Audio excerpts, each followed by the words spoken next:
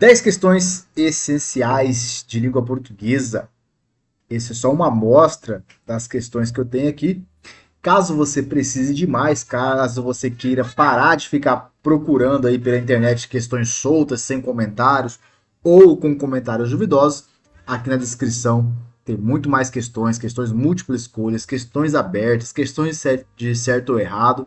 Tudo aqui na descrição para você poder estudar para o seu concurso, beleza? Já inscreva-se aqui no canal, porque aqui a gente aprende língua portuguesa todos os dias. Vamos lá, 10 questões essenciais. Se você acertar as 10, seu nível de português está muito bom e você está preparado para começar a ser aprovado ou aprovada, beleza? Primeira questão, sem enrolação. De acordo com o novo acordo ortográfico, o acento agudo foi retirado dos ditongos abertos e, oi, presente nas sílabas tônicas das palavras paroxítonas. E aí, questão bem conceitual. Se você souber o conceito da questão, você não precisa decorar nada.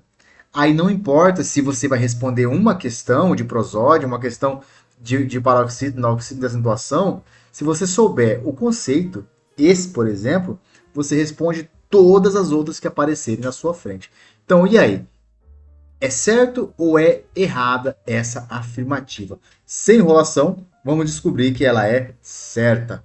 A regra ortográfica atual aboliu o acento agudo de palavras paroxítonas com esses ditongos, né? O e e o or. Como, por exemplo, ideia, não tem mais acento, joia, jiboia e assembleia. Beleza. Sabendo esse conceito, quando você pegar na sua prova uma questão, não importa qual palavra que vai estar lá. Não importa. Você vai saber que o acento foi abolido em ditongos abertos. Ah, mas eu não sei o que é ditongo. Dá uma olhadinha no canal que tem aula aqui sobre ditongo, beleza? Sobre hiato, ditongo, pontos consonantais, tem tudo aqui no canal. Se você ainda não é inscrito, aproveita. Porque sabendo o conceito, você não precisa ficar decorando questão. Sabendo o conceito, você acerta um monte por tabela, beleza? Próxima questão. O uso do acento grave indicativo de crase é proibido antes da palavra casa, quando esta vem desacompanhada de qualquer adjunto que especifique. E aí, essa afirmação é certa ou errada? É outra coisa que eu preciso saber. Conceito de crase. Eu preciso saber conceito de crase. Por quê? Porque eu saber regência, beleza, vou acertar. Ah, eu não posso usar crase diante de nome masculino, não posso usar crase diante de palavras indefinidas, beleza. Verbos, não posso. Mas e aí, quando eu cai a questão pedindo crase antes de casa, crase antes de terra? Aí você patina se você não souber esse tipo de questão. Beleza? Qual é a resposta aqui? O uso do acento grave indicativo de crase é proibido antes da palavra casa quando esta vem desacompanhada de qualquer adjunto que especifique. Casa no geral. Tem crase ou não tem? Está certo. A crase não ocorre diante da palavra casa no sentido de residência ou lar. Irei à casa logo mais.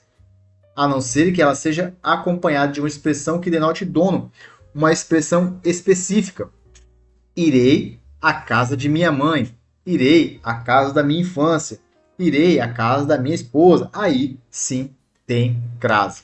Se a palavra crase tiver especificado, simplesmente eu coloco a crase. Se não, eu deixo passar e é sim. Bom, questão sobre o verbo haver. Isso aqui, ó, todos os dias tem na internet. Todos os dias. E a gente cai no erro de querer concordar. Não vou dar a resposta, vou deixar você ler, pausar o vídeo e tentar responder sozinho. Olha só. O verbo haver, quando empregado no sentido de existir, deve concordar em número com o termo a que se refere, permitindo-se a sua flexão para o plural, como nessa frase aqui, ó, houveram muitos problemas. E aí, houveram muitos problemas, está certo ou está errado? É assim que eu faço a flexão do verbo? O verbo haver, no sentido de existir, ele flexiona no plural? O que você acha? Certo ou errado? Todos os dias, sem exceção, eu vejo questões sobre isso. Cai muito. E além de cair em questões objetivas, esse tipo de erro aqui em questões discursivas ou quando você está fazendo a redação, destrói a sua nota. Destrói, porque mostra que você não sabe o conceito básico. Beleza? Então, qual é? Certo ou errado? Resposta: errado. O verbo haver, nesse sentido, é impessoal e atua em orações sem sujeito, devendo assumir a forma de terceira pessoa do singular. Ó. Deve haver 5 premiados. Então, verbo haver, no sentido de existir, ele é invariável, ele é impessoal, não vai para o plural. Nada de escrever houveram muitos problemas, não houve muitos problemas, beleza? Próxima questão. Questão sobre o hífen. O emprego do hífen é obrigatório em palavras formadas por prefixos terminados em vogal, quando o segundo elemento inicia-se por uma vogal diferente. E agora, a exemplo da palavra autoajuda. Olha só, auto terminou com O e ajuda começou com A. Quando eu tenho o prefixo terminando com uma vogal e a segunda palavra começando com outra vogal diferente, o que eu faço? Eu coloco o hífen ou eu junto? Palavras iguais, letras iguais se repelem, letras diferentes se juntam. Então, autoajuda não tem hífen, está errado. De acordo com a nova regra, autoajuda não se escreve assim, escreve sem o hífen. Ó. De acordo com as regras de finalização na norma padrão, não se usa hífen quando o prefixo termina em vogal e o segundo elemento começa com uma vogal diferente. Ou seja, vogais diferentes se unem. Então a palavra deve ser escrita aglutinada. O que é aglutinada? Junta. Ó, essa é a grafia correta de autoajuda, beleza? Acertou, errou? Conta para mim aqui nos comentários. Próxima questão. A palavra misantropo deve ser pronunciada como uma palavra paroxítona, na qual a sílaba tônica recai na penúltima sílaba, tro. Paroxítona, sílaba tônica, penúltima. Misantropo. E aí? Ela é paroxítona? O que você acha? É paroxítona ou é proparoxítona? Está certo. Misantropo é paroxítona. É a prosódia. Você tem que conhecer a prosódia. Tem um vídeo de prosódia aqui no canal. É o canto da palavra, o correto acento, a correta acentuação da palavra. Olha só. Classifica o vocábulo misantropo como uma palavra paroxítona. Então é misantropo. Paroxítona. Faz com a mão. Claro, no dia de sua prova você não vai poder fazer isso na sala, né? Mas pensa assim, ó. Misantropo. Então, tro é a sílaba mais forte. A palavra é paroxítona. Qualquer coisa diferente disso é considerado pela gramática uma silabada. Próxima questão. Essa daqui, ó. Vale a sua inscrição no canal. Vale você conferir o material aqui, porque ninguém acerta esta questão. Sabe por quê?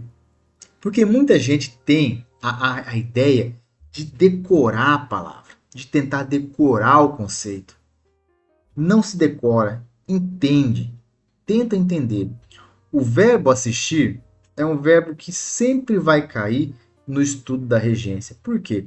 Porque é um único verbo com várias regências possíveis e cada regência do verbo assistir vai modificar o significado da palavra. A mais usada para o verbo assistir é no sentido de ver, de assistir televisão, assistir à televisão, assistir ao filme, ou seja, verbo transitivo indireto, porque ele pede a preposição a assistir à novela, assistir ao filme. Ok, mas nesta questão aqui, ela está pedindo o verbo assistir no sentido de cuidar. O verbo assistir no sentido de cuidar, ele não é transitivo, indireto.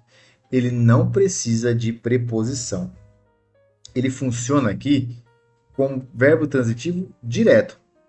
Olha só, o médico assistiu o paciente. Esse o não é a preposição. Esse o é artigo masculino de o paciente. Então, olha só, olha essa afirmativa. O verbo assistir, quando utilizado com o sentido de dar assistência ou ajudar, exige obrigatoriamente preposição a. O que exige obrigatoriamente preposição a? Verbo transitivo indireto. E aí? Essa afirmativa está certa ou está errada? Essa afirmativa está redondamente errada. Porque eu já acabei de explicar. No sentido de prestar assistência, o verbo assistir é transitivo direto, sem preposição. O médico assistiu o paciente com dedicação. É só isso, fechou.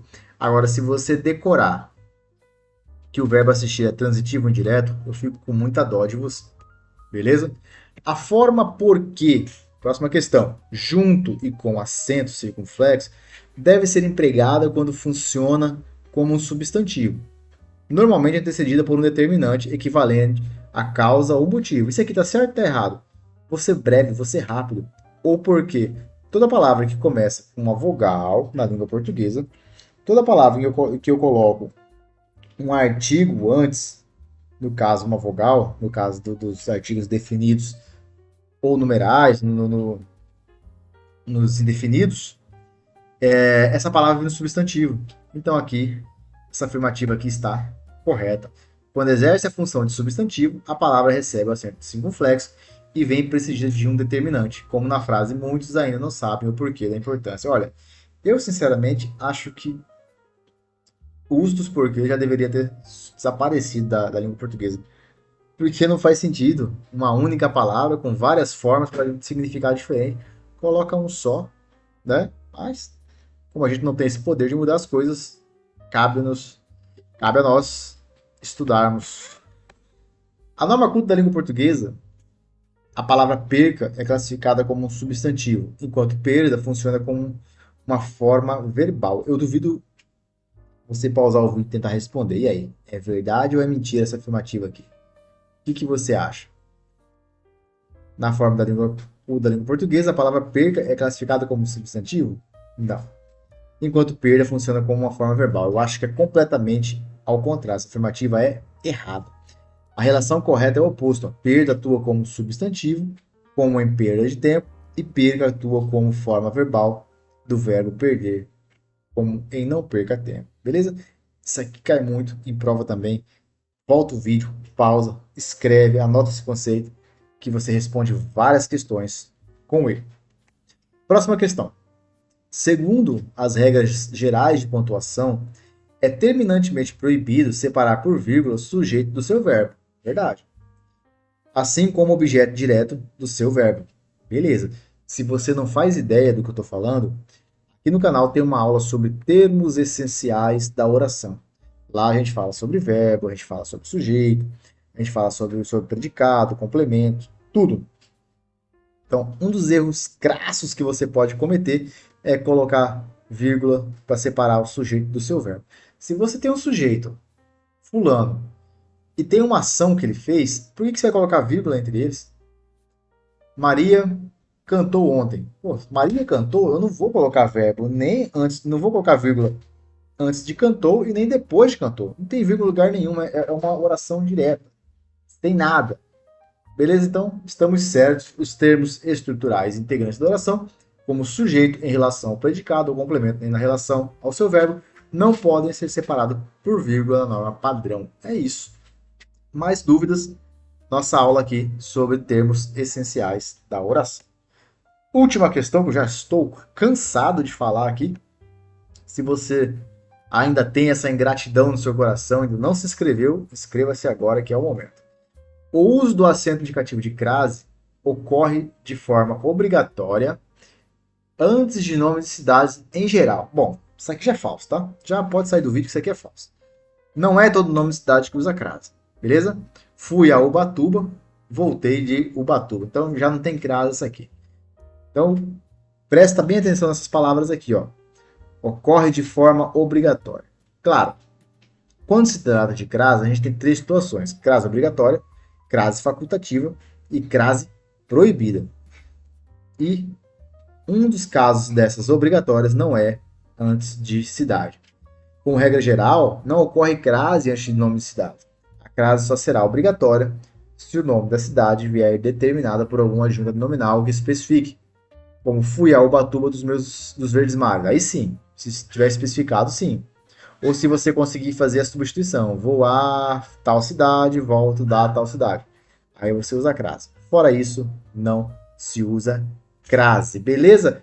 Finalizamos por aqui 10 questões. Me conta aqui embaixo se você acertou 10, se você acertou 9, 8, 7, ou se foi mal, acertou menos do que 5. Me conta aqui se você quer estudar a língua portuguesa de uma forma séria, correta, com questões comentadas por mim. Aqui embaixo no link tem o nosso PDF com mais de... Eu coloquei 100 questões no título do PDF, mas tem mais de 200 questões. Estou colocando a mais. E se você comprar lá as questões e precisar de mais, precisar de todas as questões do seu edital, é só entrar em contato comigo que eu te mando questões que vão cair na sua prova com comentários meus. É isso. Grande abraço. Até mais. Tchau, tchau.